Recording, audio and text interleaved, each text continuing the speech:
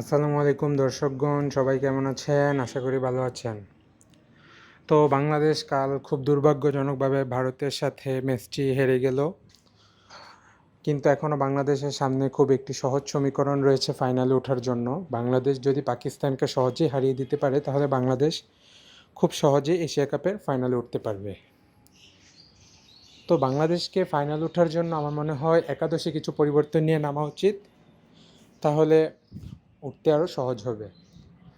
তো এক্ষেত্রে বাংলাদেশ তানজিদ হাসান তামিমের পরিবর্তে ওপেনিংয়ে পারভেজ হোসেন ইমন এবং সাইফ হাসানকে দিয়ে শুরু করতে পারে, এরপর লিটন দাস এবং এরপর ক্রমান্বয়ে পরপর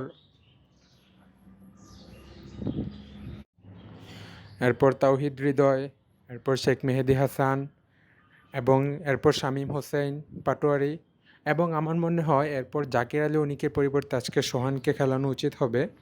তারপর নাসুম আহমেদ এবং এরপর তাসকিন, এরপর মুস্তাফিজুর রহমান, আমাদের কাটার মাস্টার মুস্তাফিজুর রহমান।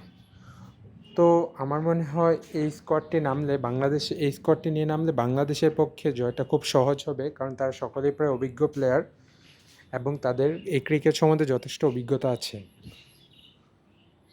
তো এখন দেখা যাক আমাদের টিম ম্যানেজমেন্ট কী করে, আমাদের সিলেক্টররা কীরকম টিম সিলেকশন করে এবং কাদেরকে নেয় কাদেরকে বাদ দেয়।